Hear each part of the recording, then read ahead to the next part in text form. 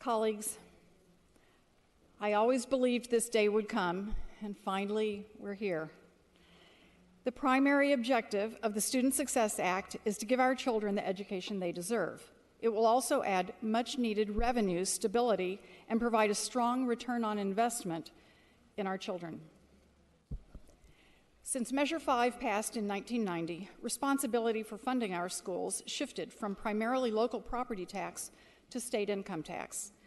Property taxes have been capped, and the state has not raised the additional funding needed to make up for critical investments in our public education system.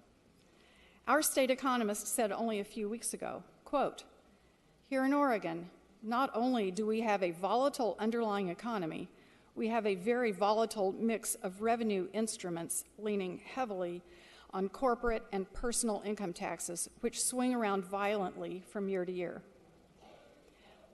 I believe that inaction, particularly while we have the benefit of a strong economy, is not a responsible choice. The Revenue Subcommittee of the Joint Committee on Student Success met 12 times this session, hearing testimony from stakeholders about their preferred method for raising $2 billion a biennium for targeted, accountable pre-K-12 education funding and evaluating the potential impacts to Oregon's economy. Based on these extensive conversations, we have coalesced around the revenue proposal you see before you in the Student Success Act, which was reflected in the -32 amendment adopted on Monday.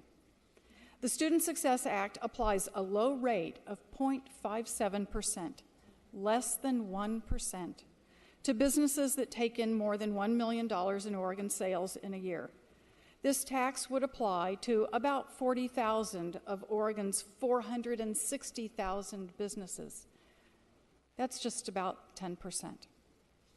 And it broadens the current base so that business outside of Oregon and selling into Oregon will also participate in Oregon's economy.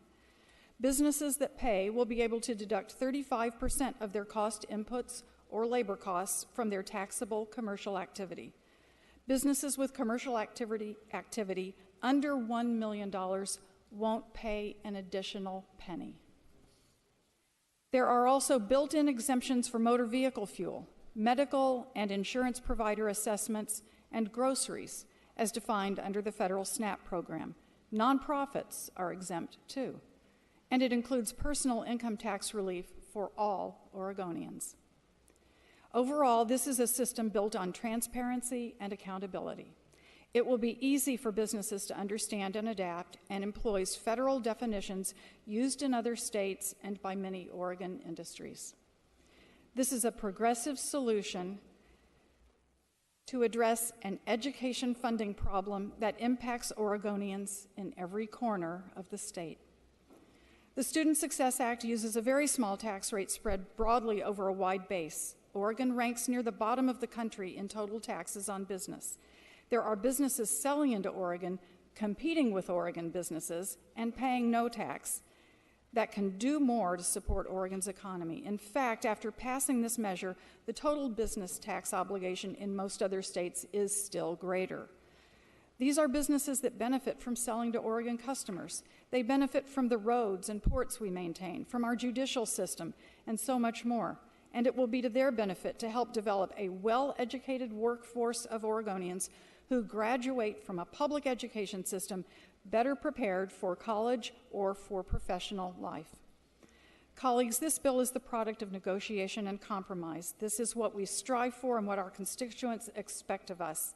We listen to each other, and throughout this process finding common ground between the business and labor communities in the interest of a dedicated revenue source for our children's education. This revenue is tied to education, period, no exceptions. This is 30 years in the making. We've witnessed 2 generations of children who have endured classroom experiences far below what they deserve. We will hire counselors and teachers, expand programs, and give future generations the well-rounded education many of us once had. We have been disinvesting for 30 years. We are on sound economic footing. We can't delay anymore. The time to start investing in our children's futures has come today. Thank you.